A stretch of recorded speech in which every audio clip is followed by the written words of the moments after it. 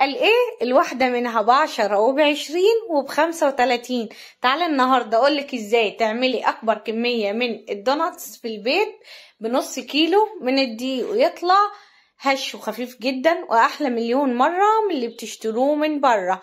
لايك وشير لو عجبكم الفيديو، صلوا على رسول الله عليه افضل الصلاة والسلام، وتعالوا نسمي بسم الله ونبدأ في الوصفة بتاعتنا.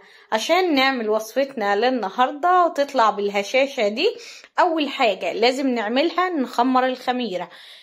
عندي هنا معلقتين كبار من السكر نزلت بيهم في طبق، هنزل عليهم بكيس من الخميرة الفورية، وهنزل عليهم بمعلقة كبيرة مليانة من الدقيق.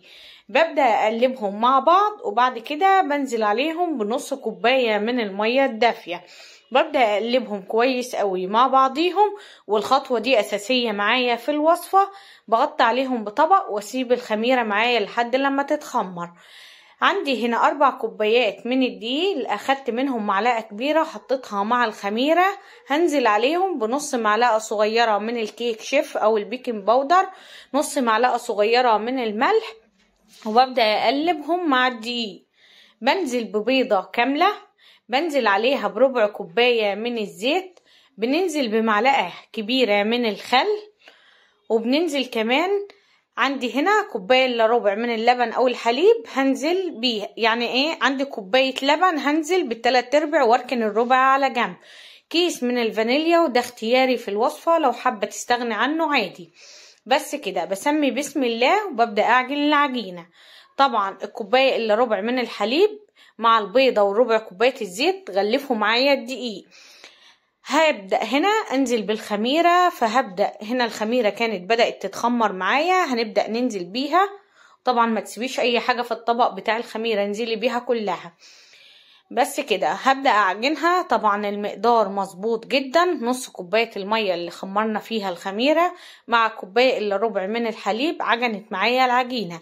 يبقى ال4 كوبايات من الدقيق اخدوا بالظبط كوباية وربع من السوائل، وبيضة، وربع كوباية من الزيت، معلقة من الخل، كيس من الخميرة، معلقتين كبار من السكر، نص معلقة من الملح، ونص معلقة من الكيك شيف مع الفانيليا. طبعا عجنتها كويس قوي لحد لما لمت معايا من الطبق وادتني عجينة طرية مع ملمس ناعم.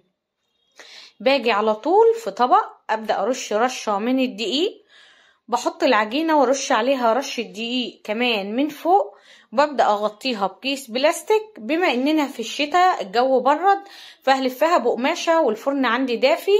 ببدأ اسيبها في الفرن لحد لما تتخمر معايا. لو انت في الصيف لفيها بقماشة وسيبيها على الرخامة هتخمر معاكي في نص ساعة. هنا طبعا كانت اتخمرت واتضاعف حجمها. هنيجي دلوقتي هنبدأ نطلع الخمور اللي في العجينة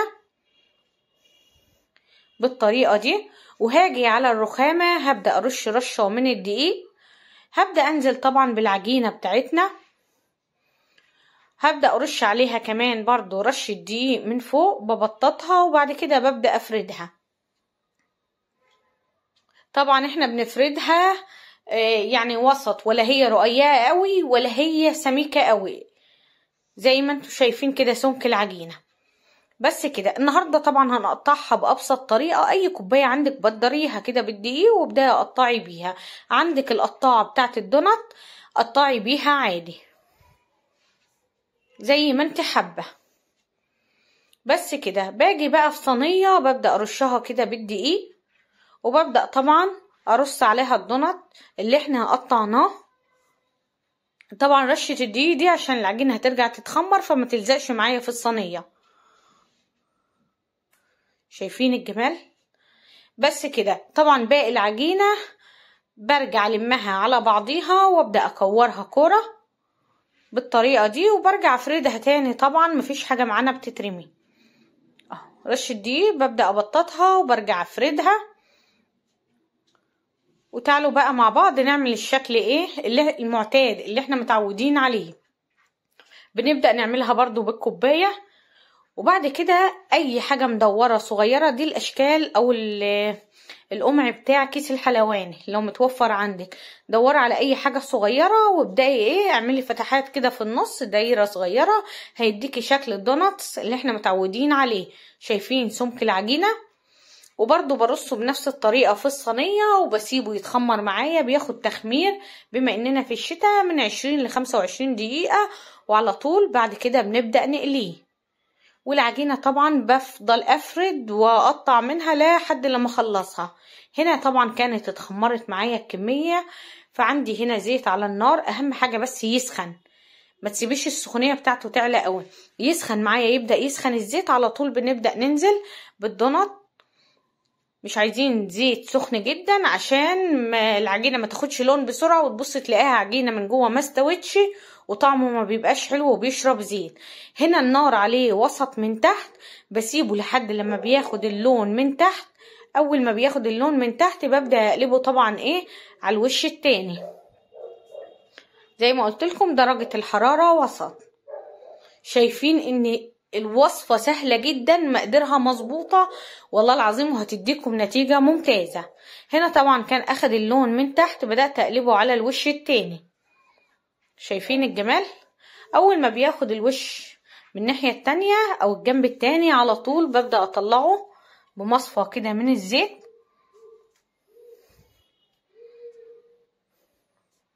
شايفين الجمال؟ شايفين التسوية؟ وبرجع طبعا بهدي النار على الاخر وابدا انزل بالدوناتس. اهم حاجه ما تنزليش بيه والنار عاليه جدا عشان ما ياخدش لون بسرعه ويفضل عجين من جوه. طبعا هنا طلعته بدات احطه هنا. ممكن تقلبيه في سكر بودره، ممكن تقلبيه في سكر سنترافيش يعني حبيبات ابيض عادي. اهم حاجه شايفين التسويه من جوه عامله ازاي، والعجينه خفيفه جدا. سمر حابين نحشيه، هتيجي كده بمعلقه هتبدأي كده توسعي من جوه وتفتحيها كويس قوي.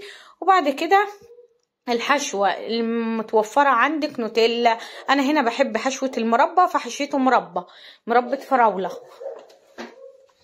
بس كده. بحطه كده وببدأ اضغط بالكيس فبيبدأ الكيس يفرغ المربى جوه الدوناتس بتاعنا. بس كده. شايفين الجمال؟ والله العظيم دي مش الكمية كلها، ده كمان لسه فيه تاني طبق. فبجد من 4 كوبايات دي تعملي الكمية دي كلها اوفر مليون مرة ما تشتريه من بره. شايفين الحشوة من جوه عاملة ازاي؟ شايفين العجينة قد ايه هشة خفيفة جدا والله العظيم، وطعمه حلو قوي. وعملناه كمان بدون زبدة وبأسهل طريقة. شايفين الجمال؟ بصوا من جوه العجينه مستويه حلوه قوي ومفرغه معايا وما بيشربش زيت خالص. عن تجربه جربوا العجينه دي هتعتمدوها وهتعملوه كل مره بنفس الطريقه، من كتر ما الدوناتس هش وخفيف جدا وما شاربش ولا نقطه زيت. شايفين كل ما بتضغط عليه بيرجع تاني مكان. شايفين كمان العجينه من جوه المسام بتاعتها رهيب. فاتمنى بجد تجربوا الوصفة، لو عملتيه حتى بسكر بدون حشوة طعمه حلو قوي. فاتمنى بجد تكون وصفة النهاردة عجبتكم وتجربوها وتقولولي على رأيكم فيها.